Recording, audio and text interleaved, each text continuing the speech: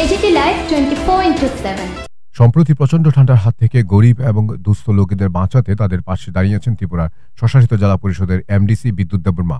15 জানুয়ারি আমবাসা মহকুমাধীন বাঘমারা বাজারে এলাকার 50 জন গরিব দুস্থ লোকেদের হাতে হাতে শীতবস্ত্র, কম্বল ইত্যাদি তুলে দেন এমডিসি বিদ্যুৎ দেববর্মা সহ শাসক দলের আমবাসা মণ্ডল সভাপতি Ajay Adhikari. Video report AGT Live 24/7।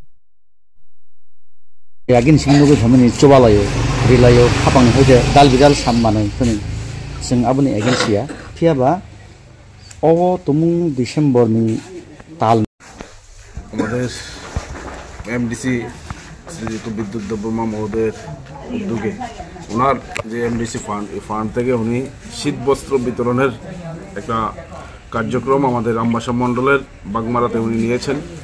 আমি আমবাসা মণ্ডলের ভারতীয় জনতা পার্টির মণ্ডল কমিটির পক্ষ থেকে আমি ওনাকে ধন্যবাদ জানাচ্ছি যে এই সময়ে উনি একটা সঠিক পদক্ষেপ গ্রহণ করেছেন। এলাকার সাধারণ গরিব মানুষের সাথে উনি যে শীতবস্ত্র, সেই শীতবস্ত্র বিতরণের উদ্যোগ গ্রহণ করা, ওনাকে আমি আমবাসা মণ্ডল পক্ষ থেকে অভিনন্দন জানাচ্ছি।